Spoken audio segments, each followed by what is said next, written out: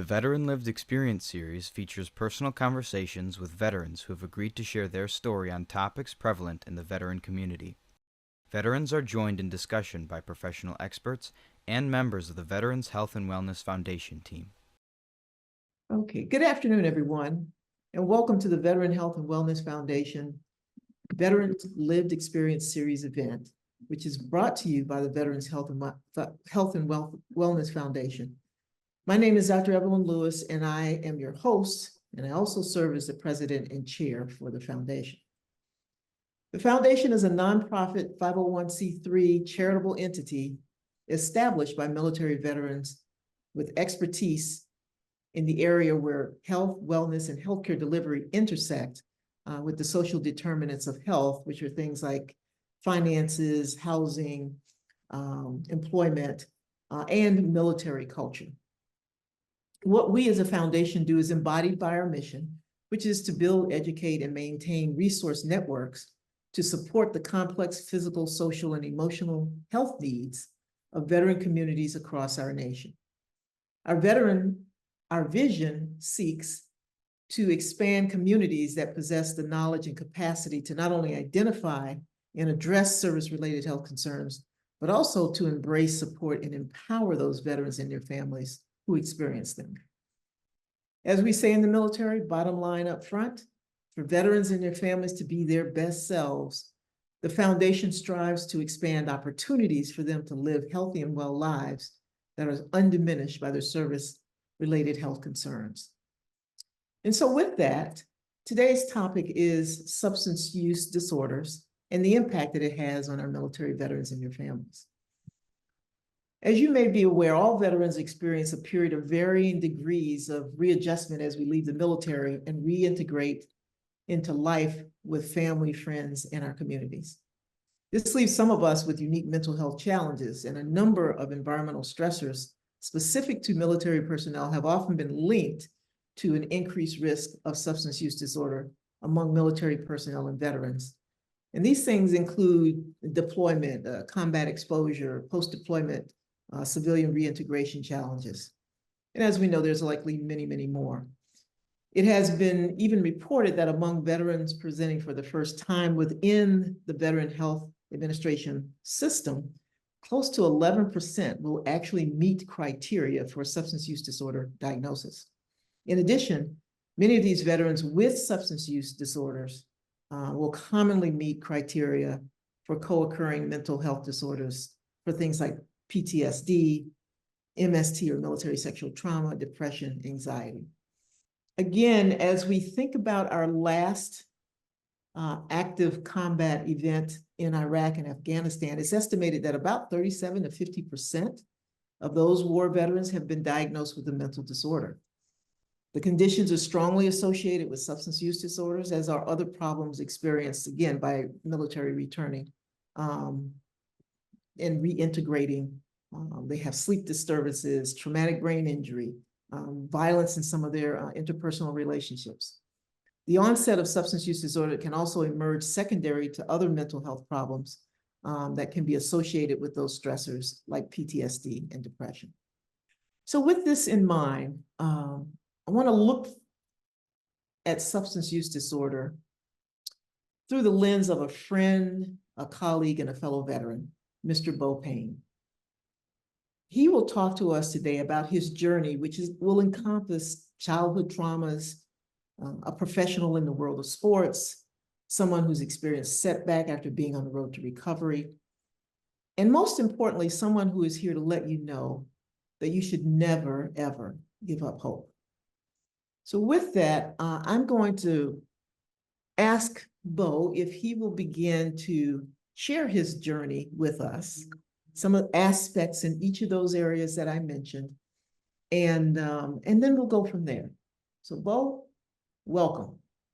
Thank you, Dr. Lewis. What a nice introduction, and what a wonderful foundation. And I'm really grateful that you've asked me to be here today to speak a little bit about this stuff, what you talked about. It's obviously truly important to you, and it's incredibly important to me too. So I'm just going to tell you guys, tell y'all kind of chronologically, kind of a few things throughout my life, and then what I've done to improve over the years. And and a lot of it is a little bit difficult for for some folks, but I do want to touch on what you said too at the end of how important it is to never give up hope, and that is something that I did give up hope a long time ago, and today I'm full of hope, and I think there's nothing more graceful in this life than to extend hope to the hopeless. So that's what I try to do today. So with that being said, Dr. Lewis, I'm just going to get going with it. So I'll be 51 in August, so a couple, 2, 3 months, 4 months, I guess. So getting up there in age, but I'm gonna, like I said, tell you a little bit about my life. So I was born in Tennessee, just outside of Memphis, and the first bit of, I guess, childhood trauma you could say that I really do remember actually was when I was 4 years old, and my mom was pregnant in the delivery room with my soon-to-be sister, and my father was in there too, and my father, who was a combat veteran, Vietnam veteran, 2 tours in Vietnam in 1968 and 69. And he's, suffers a lot from that, but I'm not using his behavior, that to excuse his behavior. Just want to set some context. Just announces out of the blue, Dr. Lewis, to my mom and to everybody, as she's about to deliver my sister, he's leaving the family and he's leaving to Dallas. So he leaves the delivery room and it doesn't see my sister get born. And before he leaves, my mom says, why are you doing this? And he says, well, I've been to Vietnam. I've seen women do this stuff, and I'm not going to be graphic, but I've seen women do this stuff in the rice paddies. I don't need to be seeing it again.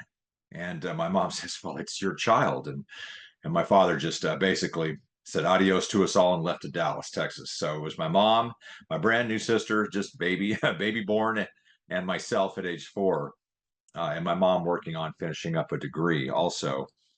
And I think we were living in New Orleans at the time, but I was born in Tennessee and they wanted my sister to be born in Tennessee. So that was the first little taste of dysfunction that I got in my family. My folks, for some reason, got back together a couple of years later when I was 6, and I'd shuffled back and forth from Memphis to New Orleans to Dallas. And so I'd seen my father a few times and got used to the airports and all that kind of stuff at an early age. And I'd always see these men in nice suits, sitting at the bar drinking. And I was always enamored with it, even as a 5, 6-year-old kid being chaperoned through the airports. And so, you can fast forward many years from there to my alcoholism and then my subsequent recovery. So we got back together, the family unit got back together, and we ended up moving to Vancouver, British Columbia. So that's a huge change from Dallas, Texas, and Memphis, Tennessee, and New Orleans, and places like that. Beautiful, beautiful city.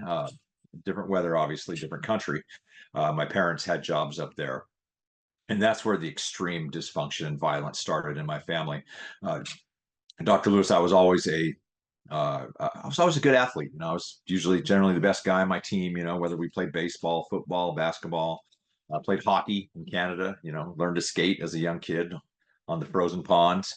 And my father was always the coach of my teams. And I'm going to tell you a couple incidents of what happened in my childhood with that, and kind of how that led to just such terrible self-esteem, and what ultimately led me to look to drugs and alcohol for escape. So I understand fathers wanting to be tough on their sons, and wanting them to be, perform and succeed well on the athletic field or the ball field, or what have you. But the lengths that my father went or the things that he did to me were just really, I don't know, he'd be doing life in prison today if it was, but 1985 or 1980s, it was a different time. So uh, let's just say I went to a baseball game, and I got 4 hits and 5 at bats. So that means I got up 5 chances to get a hit, and out of those 5 chances, I got 4 hits. So say I had a couple doubles and a couple home runs. That's a fantastic day, for anybody, a big leaguer or a little leaguer, or anything. And I'd strike out on my last attempt, my last at bat. And so after the game, we'd go home. My father would just beat the holy hell out of me for striking out, and he would always yell at me, "You embarrassed me in front of all these people. How could you do this to me?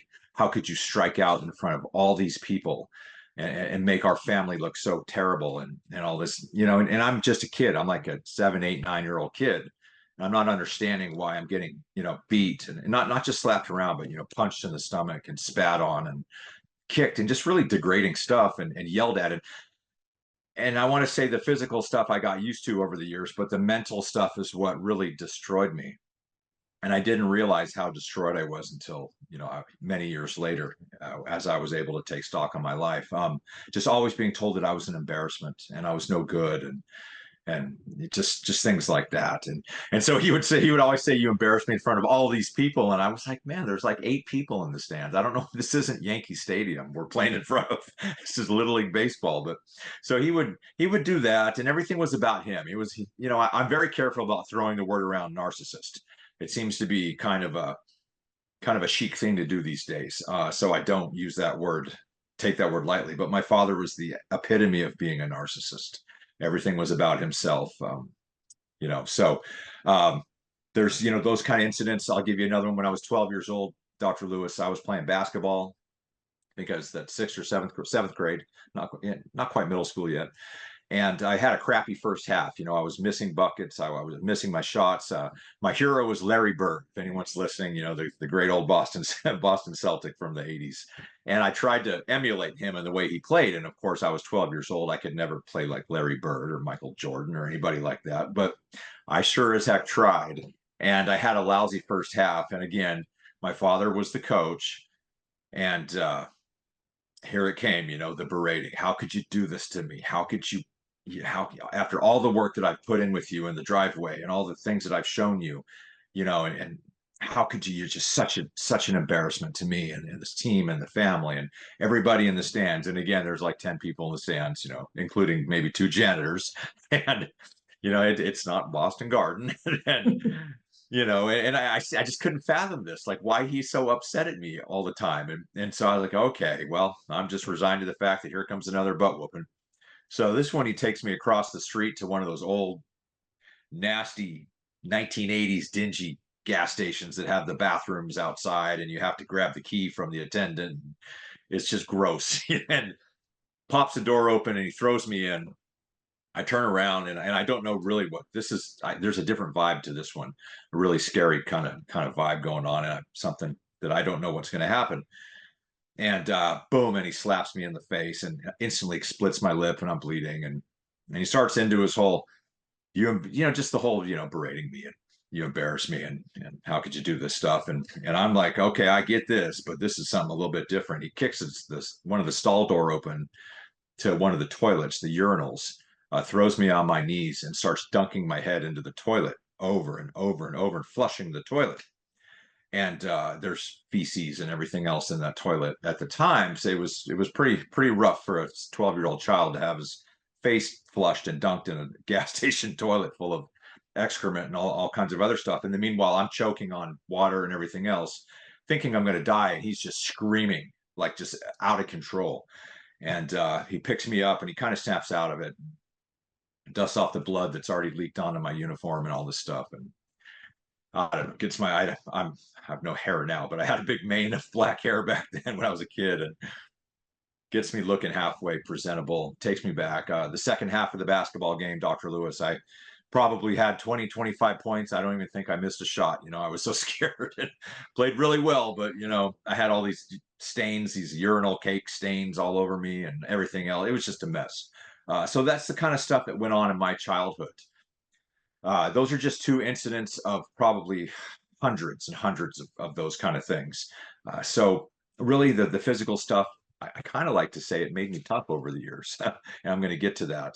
But the mental stuff made me shrink and made me shy away from everything, being told how terrible I was, what an embarrassment I was, how ugly I am, how just things that children don't need to hear, because children's brains are not fully developed. We have no sense of really how to develop our self-esteem. And As yeah, you mentioned those incidents, did you have anybody to share this with, to talk with about this? The kinds of things that were happening.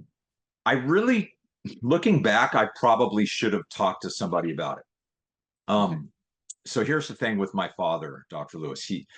Everybody was either, and he was successful on the outside, stockbroker, and had money. He was a handsome guy. He spoke well, all this stuff. So, and he was very intimidating. So people were either enamored with him or intimidated by him, or took the stance of, as in regard to me, he's not my child, so it's out of sight, out of mind. Um, Looking back, and I tell this when I speak to other like younger organizations, I'll say, hey, you guys have to talk to somebody, your principal, your somebody you trust, a grown up who's been nice to you. You know, there's always somebody who's gained your trust a little bit. And so I did, but I just chose not to because I was paralyzed in fear. And a lot of the times I was told not to say a word about anything or things would get worse. And so it just developed a distrust for me too, because I would be sent to psychiatrists when I was younger to figure out what was wrong with me, and there was nothing wrong with me. My father would do that to absolve himself of any wrongdoing, and then so for some reason, the things I would say to these doctors would get back to my father, and he would repeat them to me almost verbatim. And I don't know how a doctor could ever do that, going against everything that they stand for and the legalities and everything. So that developed a deep distrust for me with excuse me, with talking to other people. But yeah, it's a great question. Looking back, I should have, but I just didn't. My mother was paralyzed with fear. My mom has apologized to me several times for my mom's a great friend of mine too, but it was just a big giant dysfunction, uh toxic, violent, living on eggshells, walking on eggshells, never knowing what's going to happen, never knowing when you're going to get beat up or yelled at. And so eventually, Dr. Lewis, I turned to drugs and alcohol. I found them from some older guys because I was also juxtaposing this other life of athleticism, playing baseball and all these other sports, and I was getting really, really good. And eventually I got drafted by the Florida Marlins, a Major League Baseball draft pick, and things like that. So, excuse me. So knew a lot of older fellas, when I was 12, 13, I knew some 14, 15, 16-year-old guys, and I started hanging out with them. And first thing I would start doing was chewing Copenhagen, and then get into marijuana. And when I smoked marijuana, it just kind of gave me an escape. But the big thing with me is when I found alcohol. I first drank alcohol when I was 12 years old. And I thought that I had, I guess, quote unquote, arrived. I felt cooler. I felt better looking. I felt smarter. I felt like I could talk to girls. I felt like all this pain and suffering. And I lived, Dr. Lewis, from as far back as I can remember, not now, and it's been many years since I've lived like this, but I lived in a constant state of fight or flight, um, which is a terrible way to live, as you know, I'm sure. As a doctor, yeah, I'm sure you've dealt with a lot of folks that have lived that way. And so when I found alcohol, it was like this great elixir. It just smoothed everything out and took away all this anxiety and fear and everything I had. But the problem is that I got addicted to alcohol and drugs very quickly. Um, I'll tell you another story when I was 14 years old, and then I'll kind of move out of my early childhood. And this, I want to give a warning. This is a little bit graphic, and I'm not going to go into really, really big details, but I think it's very important to my story because it happens to a lot of other, especially women, but it happens to a lot of men as well. And men are very shy to talk about this stuff. So when I was 14, not quite 15, I was the little kind of alpha male of our group, the little leader of our group, I guess you could say. And we were downtown Vancouver. Vancouver's a beautiful, beautiful city. But like any big city, it's got its really nasty, seedy parts of it, and drug areas. And we were down looking for some marijuana because we had already been introduced to alcohol and drugs, marijuana, a couple of years ago. And for me, it was just a total escape from all the horrors that were existing in my household. And asked this man we saw kind of standing on a street corner, hey, or he saw us, and we looked a little bit out of place, some preppy little 14-year-old kids. And he said, what are you guys looking for? And I said, we're looking for marijuana. And he said, well, come with me and I'll get you what you need. And so I follow him up to what they call a single room occupancy apartment in big cities, SROs, to where they're just buildings full of one room apartments. And so and about one bathroom shared on the whole. Anyway, so I walk up the creaky stairs and down the hallway, and I walk in, and there's a very small kitchen attached to the room. His buddy is standing or sitting on the couch, and the guy says, have a seat and I'll go get you your stuff and your weed. Comes back out about 5 minutes later, looks at his buddy, looks at me, Dr. Lewis, and asks me flat out, says, have you ever tried heroin? And I was like, oh God, No, no, no, no. I've never tried heroin, but being pressured and trying to be cool and being in that very insecure mode that I was in as a child and always trying to fit in any way I could, I said, yeah, but I will. Sure, why not? So both men sat on the side of me, and I was in the middle, and they tied my arm off and shot me up with heroin intravenously. And I can't lie, it was the greatest feeling that I'd ever had in my life up until then. But soon after, those two men raped me brutally, and I couldn't move, and they just, rape is rape.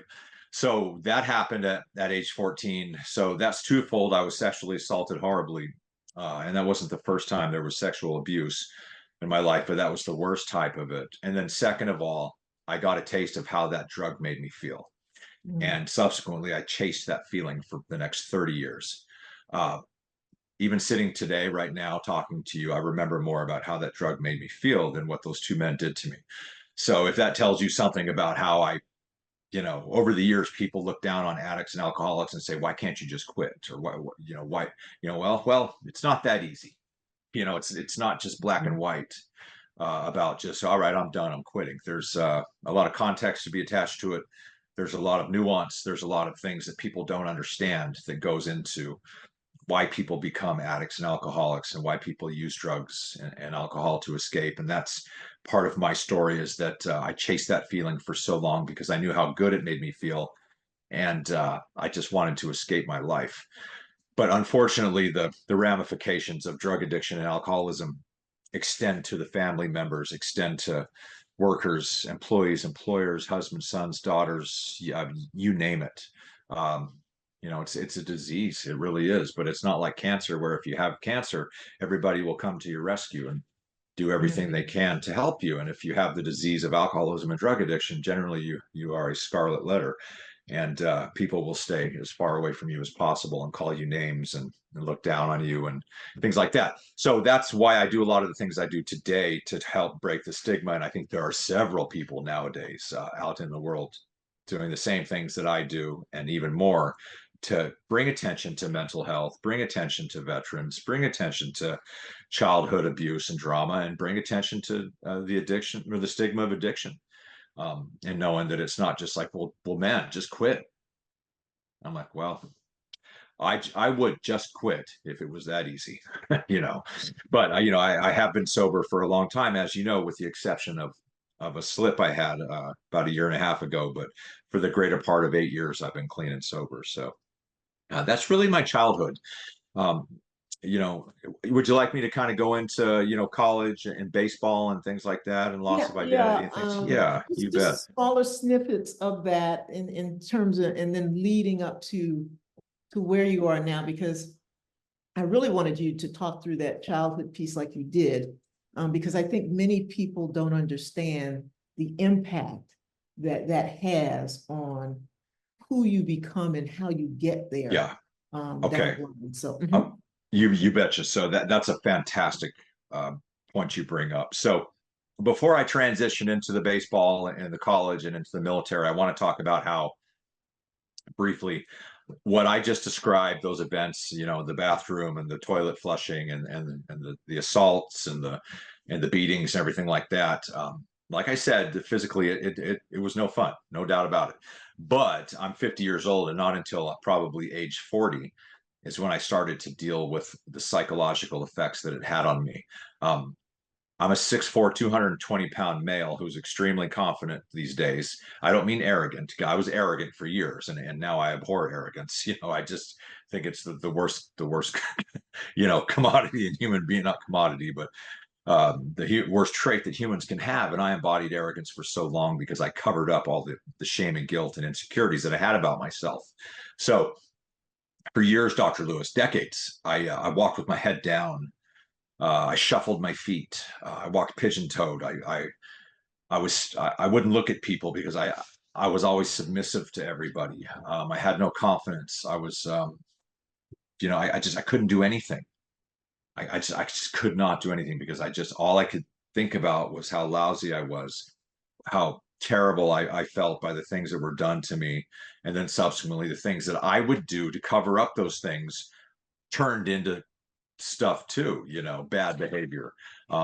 For your listeners right now, I'm going to get to my incarceration period too pretty soon, but and that's when I started to turn my life around, actually, ironically, but the damage that it did to me was almost irreversible as a child. And I know there are children out there that, and even adults right now listening, that will listen to this. I hope and understand that it does get better, and it can get better if we do the work, and we don't have to give these people that abused us the power anymore. Um, my father and other people that abused me, I'm not mad at them one bit. And it's important for me to say this. I have zero animosity towards them anymore. Now, having said that, on the flip side, do I like them? No, God, no. But do I waste my energy getting mad at them or staying mad at them? Absolutely not.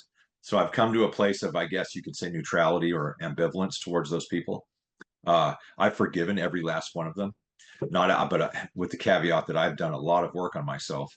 But the reason that I've forgiven those people that did all that stuff to me is really a selfish reason, and it's really more for my own state of mind, because I can't walk around being upset at people and jammed up inside and mad and angry because therefore I'm no good to other people that I'm trying to help. And in my business, helping other alcoholics and addicts get sober, I have no business bringing anger to the table and things like that. I have to be the best version of myself that I can be. So I've forgiven those people. Do I have I forgotten? No, no. But have I forgiven? Yes. And I've moved on, and it's allowed me to not give them any power whatsoever over me anymore. And that is a very freeing feeling. So anybody listening to this who may have gone through some of the stuff that I have, better, worse, the same. It's not a comparison. Abuse is abuse is abuse. Pain is pain is pain. Just know that if you do some work on yourself, it'll get better, and we can just take the power away from those people that did these things to us, and we can live our lives free. And I wasn't free for a long time. I was in metaphorical shackles for a long time, and then I got to some physical shackles too. And so get to high school. Going through high school, more the same. The abuse stopped when I was about 15. I had a fight with my father, and I was a big kid by then. I still remember real briefly. He asked me to pick weeds in the garden, and I picked a little rosebud instead on accident, and he just lost it, went ballistic, and had a little fight out there in the yard, and that was it. That was the last time he ever did anything to me ever again. So I ended up working for him later in life, as a mortgage broker, things like that. Worked as he has a recruiting business, but I haven't spoken to my father in probably 18 years. Highly doubt that I ever will speak to him again. It's okay. He's just somebody who I don't really think about unless I talk about, to help other people and share my experience, strength and hope on that aspect. But he has no power over me anymore. He's just a man, and that's okay with me. So baseball was getting big for me. Somehow I maintained, my athletics through all this drug use and abuse and alcoholism and getting in trouble. And looking back, it kind of bugs me that I never really gave it my best shot. But I ended up moving to Miami, Florida, from Vancouver, BC, my junior and senior years of high school. And I got to be known. I was in a lot of magazines and Baseball America and things like that. I was known for being a national baseball prospect, and I was projected going into my senior year to be drafted in the first round of the Major League Baseball draft. Not the first pick overall, but in the first round. And back in 1991, I guess that was good money for a kid. $300,000-$400,000 signing bonus, and fast track to the big leagues. And I had all that ability in the world. Had scholarships also to every school in the South, Arkansas, LSU, Tennessee, Georgia, all the Florida schools, Miami, you name it. And I had signed a letter, or committed actually, to the University of Miami to go to college. Didn't want to sign out of high school. So halfway through my senior year, Dr. Lewis, I'm still smoking marijuana. It's Miami, probably not the best place in the world for a 16, 17-year-old young kid who's already done a lot of cocaine and drugs and things like that. And so we're buying, my friend and I are buying some marijuana in a little suburb of Miami called Coconut Grove. And we got robbed at knife point and gunpoint, and had everything taken and this and that. And then my dumb butt, being who I was at the time, decided to go back and do something about it. And we got in trouble with the police. and the whole thing just became a big deal. And I got kicked out of school and ended up having to leave school. And I had crappy grades anyway, so I lost my draft status because I wasn't eligible to be drafted. So scouts started to find out about me. The drug use and the alcoholism was a little bit overlooked at the time, or they were kind of turning a blind eye to it. But now that became a big thing too. So here's where the legal stuff started. So, anyways, I went to a junior college in California to play baseball. Got drafted by the Florida Marlins. Had a contract offer from the Milwaukee Brewers, and ended up turning that down because I was drinking so much. And I've had 5 rotator cuff surgeries over the span of my life. And I remember when the Marlins drafted me, they called my mom and she got a hold of me, and I said, just tell them I'm finished. I don't want to play baseball anymore. And that was the last time I ever played baseball. So, uh, that was my identity. That was the last little shred of identity that I had. I had nothing from my childhood. I had nothing to really hang my hat on except that I was a ball player, and I was a good ball player. But the problem is that I was drunk all the time and was just a shell of how good I used to be. So yeah, so that sucked, and that was tough for me, quitting, because that was my dream as a little child, was to become a Major League Baseball, a big league ball player. But the drugs and alcohol had me in a grip for which there was no ending or no way out for a long time. And again, so that's another loss of identity right there that just pushed me further, deeper and deeper into that world of drinking and drugs. So moving on, I really didn't know what to do. So I enlisted in the Army, and my father, like I said, was a Vietnam veteran. He was an officer in Vietnam, an infantry officer. And so I decided, well, I better go in the infantry in my family, because most of my family's Army, infantry, or been in the Marine Corps. And so I ended up at Fort Benning, 1994. I had to go to basic training and AIT and all that good stuff. And then got stationed at the 101st at Fort Campbell and the Rockassans, which I'm really proud of that unit. It's a really, really great infantry unit called the Rockassans. And spent a few years in the Army. Luckily, it was in between a lot of nasty stuff going on, but still we were always out doing our thing. And the Army culture, especially for us as infantrymen and airborne guys, we just kind of thought we just thought we were, I don't know, better for some reason. And we weren't. Looking back, it was all a bunch of BS. And so we always acted tough, and we drank a lot, and the culture really enforced drinking and things like that. And so we would be out drunk till 2, 3, 4 in the morning, and then have to get to PT at 5:30 in the morning. And I ended up getting a lot of Article 15s for being drunk on duty. I was a very good soldier, known as a field soldier to all my NCOs and fellow Joes. I knew how to do everything and properly in the field. And I would kick Rangers' butts when I was, road marching and all that stuff, because I was just a strong, tough guy, young guy. But when we were back in garrison and back in the rear, I was drunk pretty much 24/7 and in trouble all the time. And so I didn't re-enlist after my enlistment was up. And thank God for the VA over the years. They've helped me so much. And so that was the second loss of identity, Dr. Lewis, that I had. So the baseball is gone. Being an infantry grunt, that identity was taken, or not taken from me. I gave that away. And so there I am, probably 25-year-old, 26-year-old guy, having no skills, having just failed at baseball, having just, had a big league career, having just, essentially failed in the Army, even though I just chose not to re-enlist. So I just really didn't know what to do. So the next 20 years, let's say I was 25, the next 20 plus years were homelessness, streets, jails, penitentiaries. I've spent 10 and a half years in jails and prisons, mostly state prison, the state penitentiaries. The last bid that I did was 44 months straight. And that was years ago that I got out. And that's when I decided to turn my life around. That's when I really learned the importance of service to others. I got involved in 12-step meetings when I was in my last term in prison.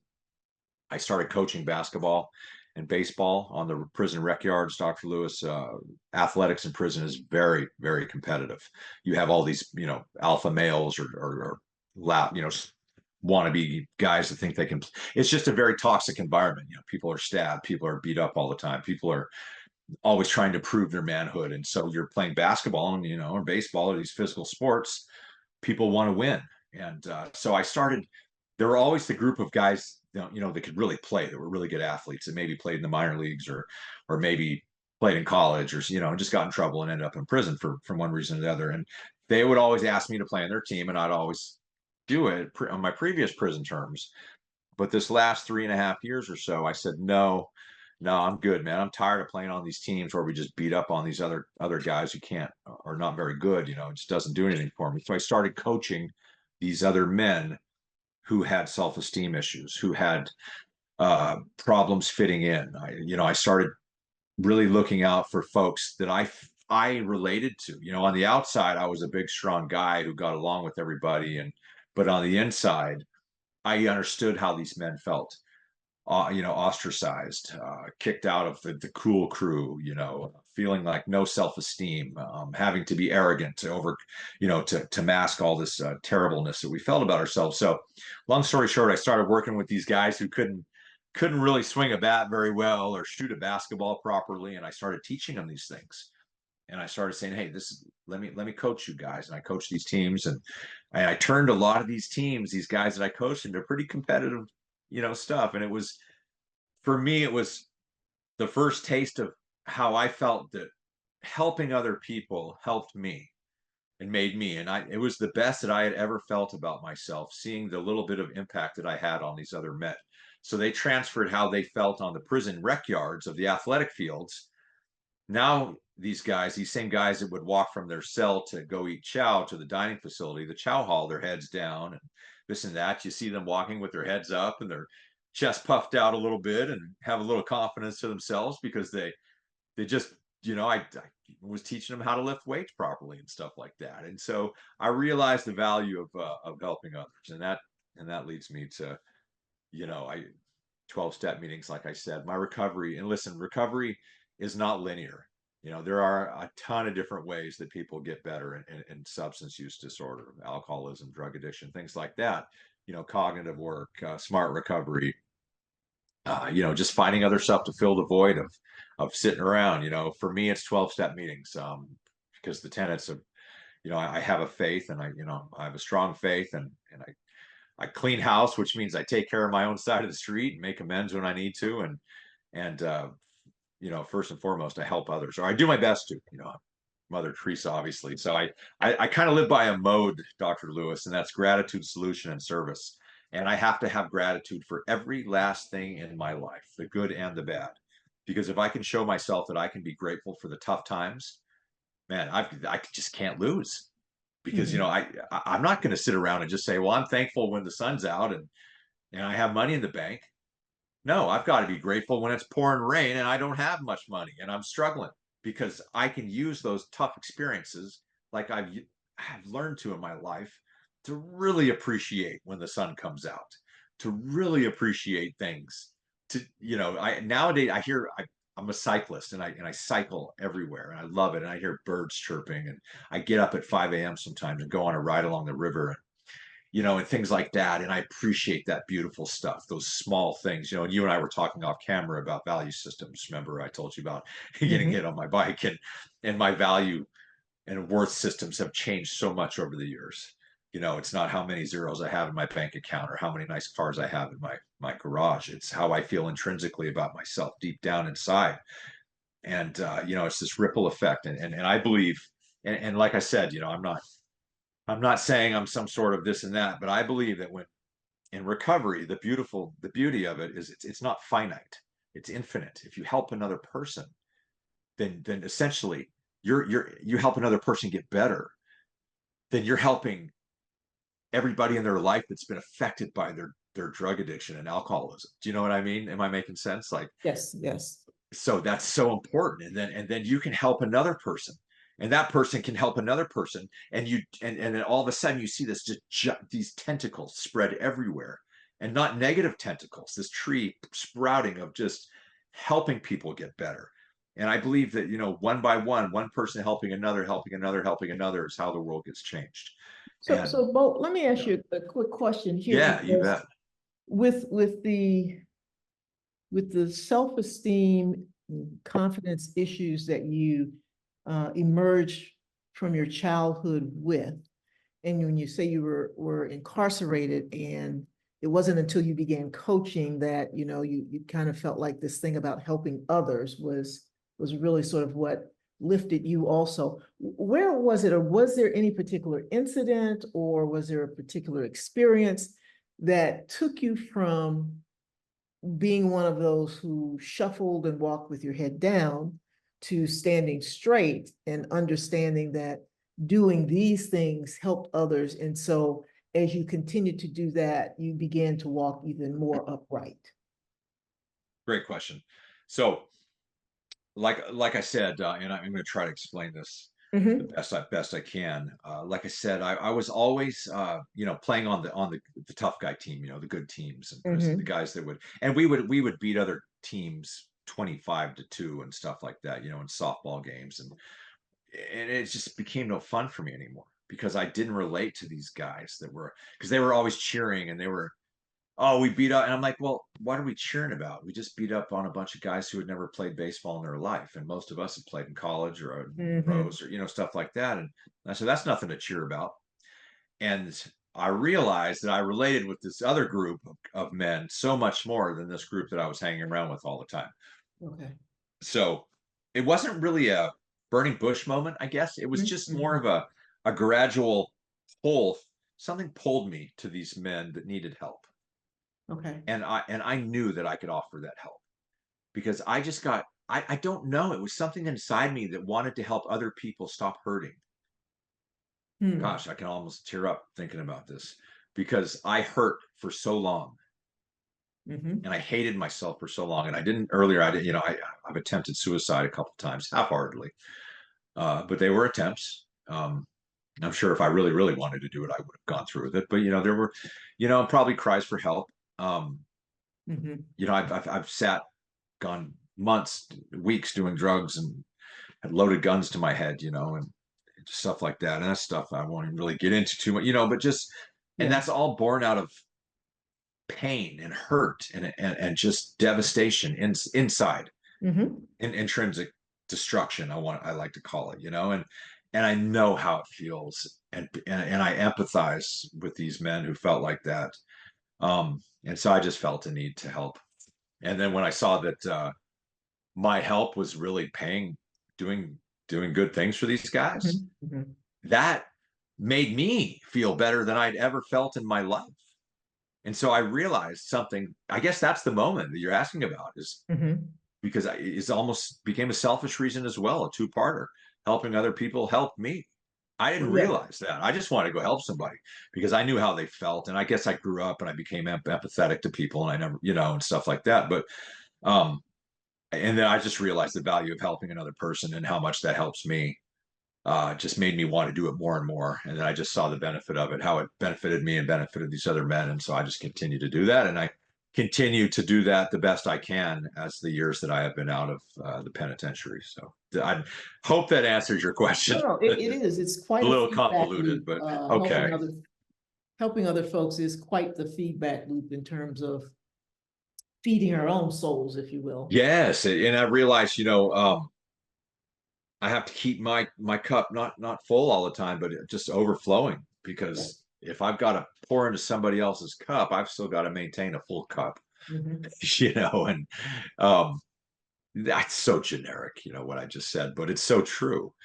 And just the value of helping another person and the reciprocal value of it that comes back to us as humans, I had no idea about until I Mhm. actually started helping people. And then I saw this, that I just slowly but surely started feeling really good about myself.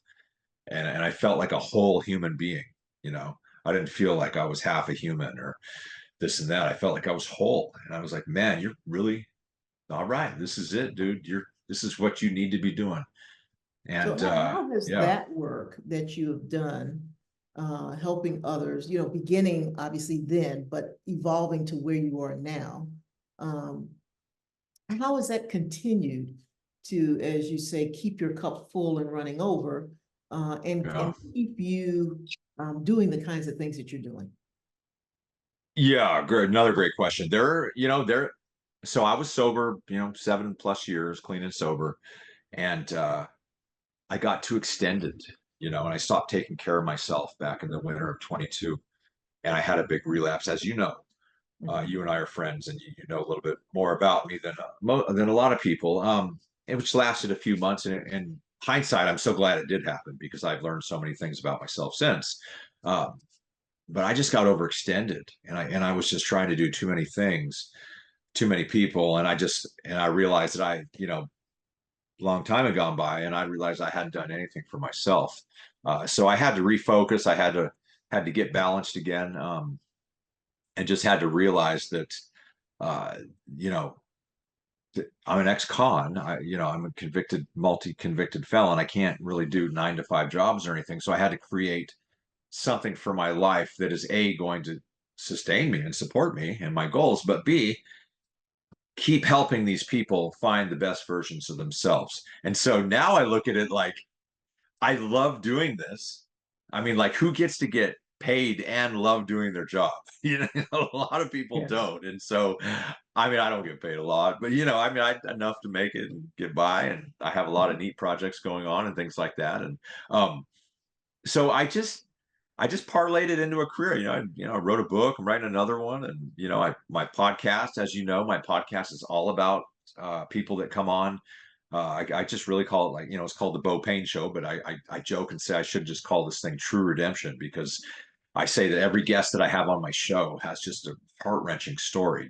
Of one fella shot his brother and killed him when he was 14 inadvertently. The other, now guys have gone to prison for 20 something years and have gotten out. A guy, there's been murders, there's been horrible drug, and these guys have turned their life around. And that's what, I love to, we talked about hope at the beginning of the show.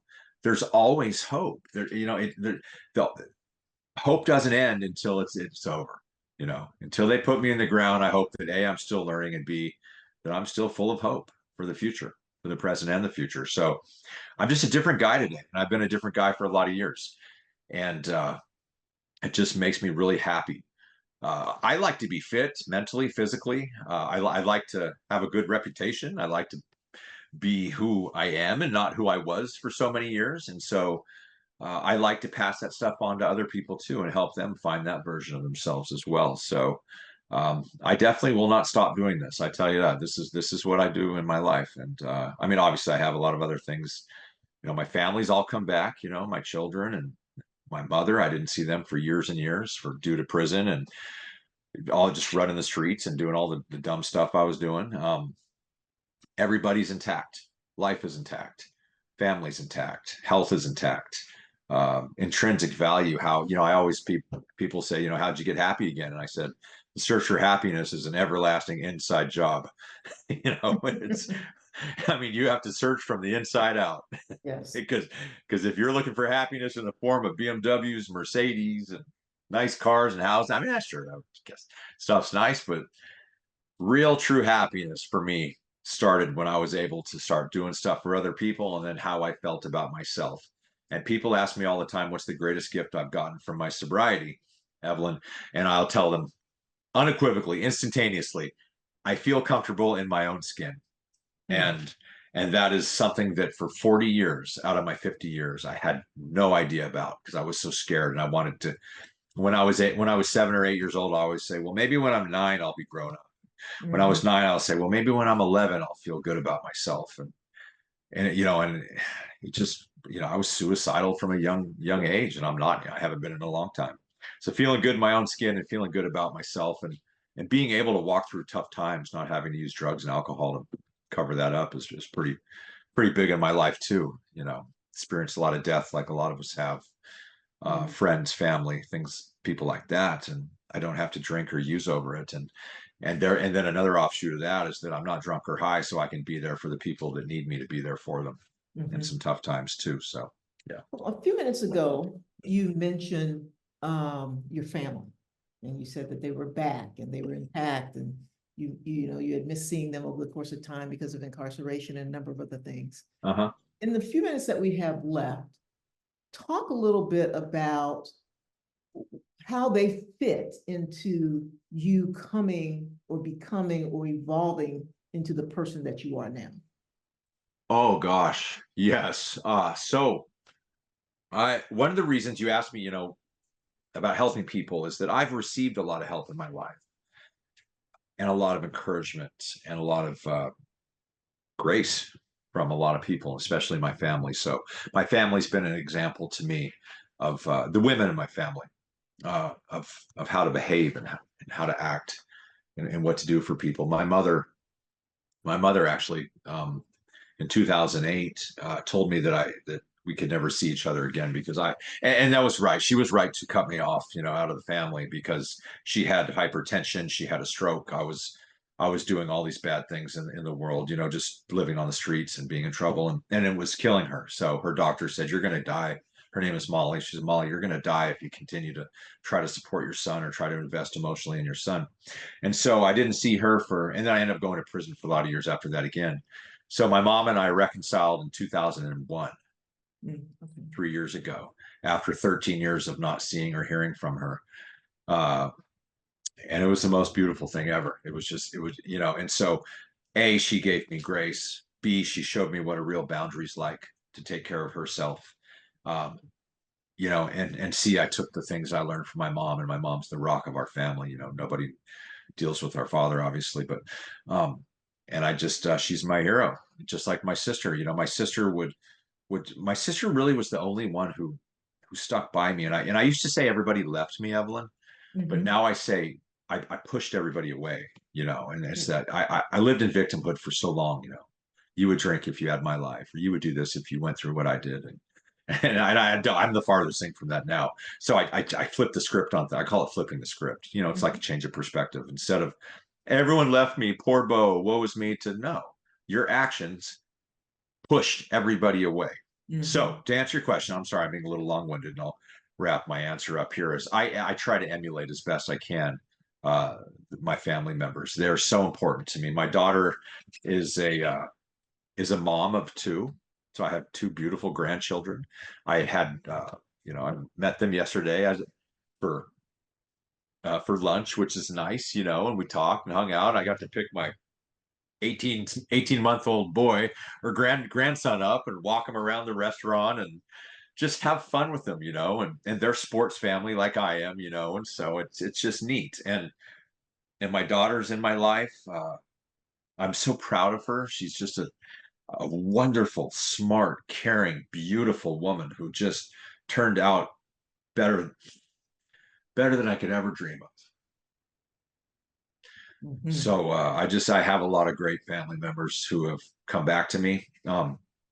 I needed to show them that I was for real, and I had to prove myself to them, as I've had to prove myself to a lot of people, work colleagues that I have lost since I had that issue a year and a half ago that have come back to me. Um, so to answer your question, they're the most important people in my life.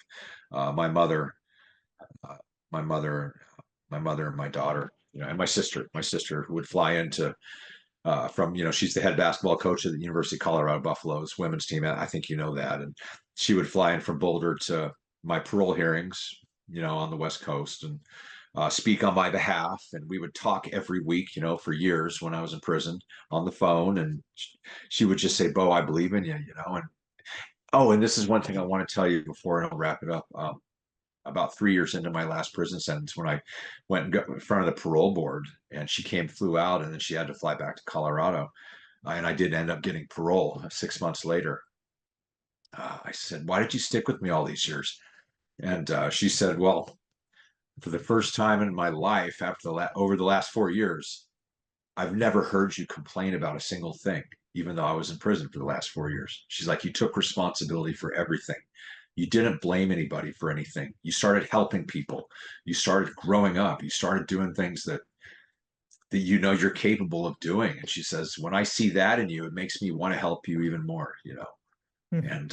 And so I like to say I grew up in prison, and my family is everything to me.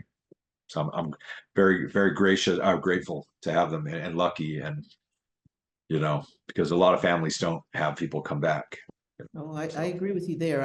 While I haven't met your mother or your daughter, I have met your sister. I yeah, had an opportunity to speak with her and that kind of thing. And if you listen to her or you just watch her as she's talking about you, there is no doubt whatsoever that she never gave in or up on you. And so having someone with that kind of support, in addition, obviously, to your mother and your daughter, I can see why you embody the kinds of things that you're talking about and how you continue to go, because as they have stuck by you, you are constantly there going, I'm back, I'm for real, this is what I'm doing, this is who I am, and accepting responsibility for things that have happened or that you may have done. Yeah. As you have evolved and moved to where you are again now. It's incredible. You know, there were times where I never in my life, both my mother and my daughter said, I never want to see you as long as I live. Mm-hmm. And they're both squarely back in my corner, supporting me emotionally, you know, as a, you know, no, I'm not saying financially or anything like that, but just love me as a daughter and a mother, and sisters do to their brothers, and vice versa, and me back to them, you know. And Well, it's a we pretty have special story. just a few minutes left, and so I want to give you an opportunity to, in a few sentences, what would you say to someone who is struggling now with what you have or any of the things that you've mentioned? What would you say to them to encourage them to get the help that they need, and to recognize, I think, first and foremost, never to give up hope? Yes. So this is something I'm extremely passionate about. I want to tell anybody who's listening, never, ever give up hope.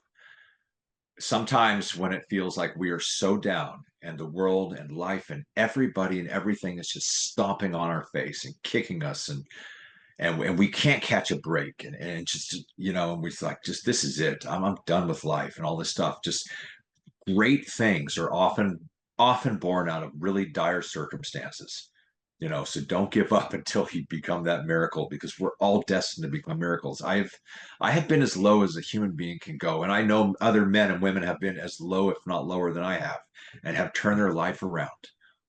And just know that you are loved. People care about you. People want you to succeed. You're not the negative things that people say about you. It's just an offshoot of your life right now, and problems you're going through. But reach out. There's VA to veterans. Go to the VA. I need help. Ask to go to wherever they will put you. Go to a hospital. Go to a trusted adult. Go to anybody, and just look. This is 2024. We're going on 25. This isn't in the 90s where no one would talk about this stuff. The stigma is being broken. If you ask somebody for help, they will help you. And if they can't help you, they will point you in the right direction. And don't ever give up, because when you do, and I guarantee whoever's down and out and maybe listening to this right now, I want you to remember me when you do make this huge comeback. And you're doing the same thing I'm doing right now. You're talking to other people about how you turned your life around and how amazing it feels, because it's going to happen for you, and it can happen, and it will happen. Well, thank you very much, Bo. This is Yeah. a tremendous hour to spend with you, and sort of hear some of the events of your journey, and to actually hear how you're moving forward in spite of all of that in the background. And so, again, we thank you for your time and for sharing with us today.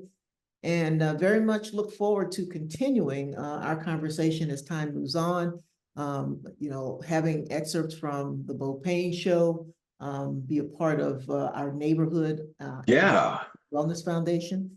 You bet. And any of the kinds of things that you might be offering that could be helpful to others, we would definitely work with you to help get that information out, because it's obvious from our conversations before as well as today, that you are there, and you are willing and ready to provide whatever assistance you can to others, so that they can maintain the hope that they have. And actually, as we at the Veterans Wellness Health and Wellness Foundation say, we talk about having veterans be able to be their best selves, to strive to expand opportunities for them to live, again, healthy and well lives that is undiminished by their service-related health concerns or the kind of experiences that you shared with us today. So thank you again, and we'll definitely be talking more. My pleasure. Thank you very, very much, Dr. Lewis. All right, you take care. Talk to you soon. Okay, all right. Bye-bye.